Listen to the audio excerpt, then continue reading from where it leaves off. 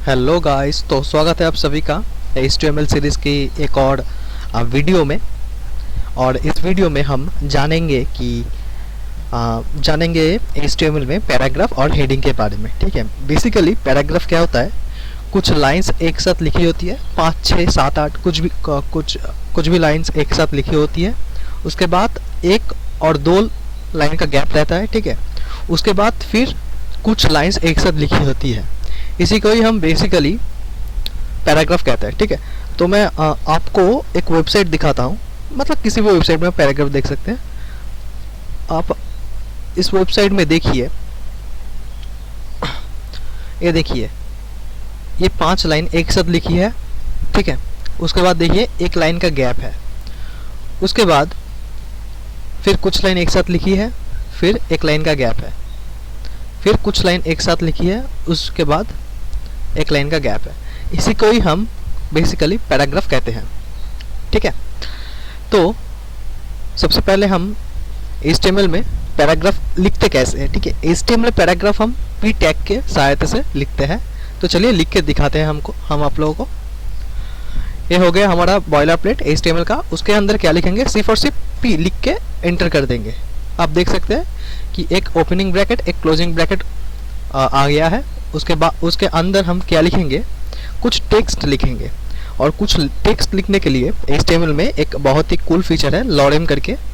आप लॉरेम करके कुछ भी नंबर उसके पीछे अगर लगा दोगे, मैं 100 लगा रहा हूँ, तो इससे क्या होगा? 100 वर्ड क्रिएट हो जाएगा। इसको मैं एंटर कर दूंगा। ठीक है, एंटर करने के बाद मैं जब इसको सेव करके गो लाइव सर्वर करूँगा, तो अब देखना क्या होगा।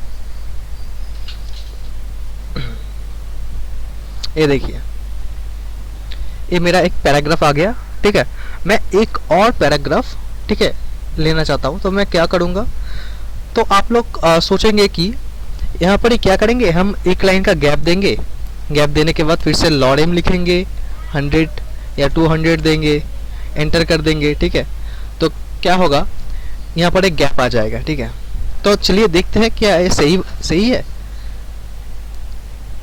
ये देखिए, मैंने गैप तो दिया है। ठीक है, मैंने गैप तो दिया है, लेकिन मेरे वेब पेज में वो गैप शो नहीं हो रहा है। क्योंकि अगर हम पैराग्राफ टैग के अंदर गैप देंगे तो वो गैप कंसिडर नहीं होता। उसके लिए हम क्या करेंगे? इस पैराग्राफ टैग को क्लोज कर देंगे। क्लोज करने के बाद हम एक और पैराग्राफ टैग ओपन करेंगे। चलो, इसको हमने क्लोज कर दिया। इसके बाहर एक और पैराग्राफ टैग को हम ओपन करेंगे और इसमें हम बाकी टेक्स्ट लिख देंगे। तो अब देखिए, यहाँ पर एक गैप आ चुका है। ठीक है, यहाँ पर एक गैप आ चुका है। तो HTML में बस यही एक है पैराग्राफ, और कुछ नहीं है। ठीक है, उसके बाद हम जान लेंगे हेडिंग। HTML में मैंने 6 टाइप का हेडिंग होता है। ठीक है, 6 टाइप्स का हेडिंग होता है। पहला हेडिंग शुरू होता है H1 से, फिर H2 H3 करके H6 तक जाता है। ठीक है, सबसे पहला मतलब सबसे बड़ा शब्द H1 में होता है। मतलब H1 के अंदर हम कुछ लिखेंगे, वो सबसे बड़ा दिखेगा। तो चलिए दिखाते हैं आपको। H1 के अंदर अगर हम लिखे हेलो और इसको हम सेव कर लेते हैं, तो ये देखिए हेलो आ गया। ठीक है, उसके बाद हम H2 लिखेंगे, सेव कर दिए। इसको देखते हैं। देखिए, H1 से छोटा है ना H2।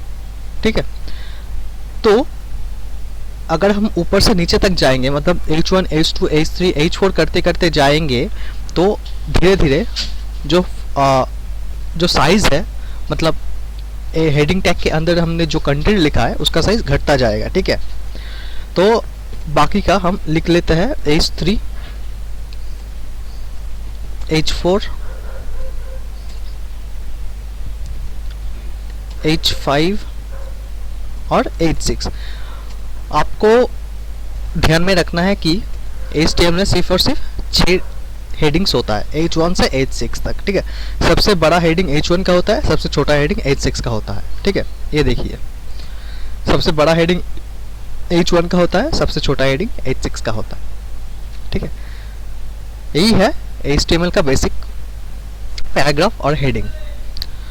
आई होप आप सभी को समझ में आया होगा कि हम HTML के अंदर हेडिंग और पैराग्राफ कैसे लिखते हैं, ठीक है। अगर आप लोगों को समझने में कोई दिक्कत हुई है तो आप वीडियो को पॉज कीजिए और पॉज करके रिवाइंड करके फिर से देखिए। आई होप आप समझ जाएंगे, ठीक है। तो हम आज दो टैग्स के हैं, एक एच टैग है और एक पी टैग है। पी टैग से हम पैराग्राफ लिखते हैं और एच टैग से हेडिंग लिखते हैं, ठीक है। और हेडिंग 6 प्रकार की होती है, H1 से H6 तक। सबसे बड़ा H1 होता है और सबसे छोटा H6 होता है। तो इस वीडियो को देखने के लिए धन्यवाद। तो चलिए इस वीडियो को यहीं पर ही रैप अप करते हैं।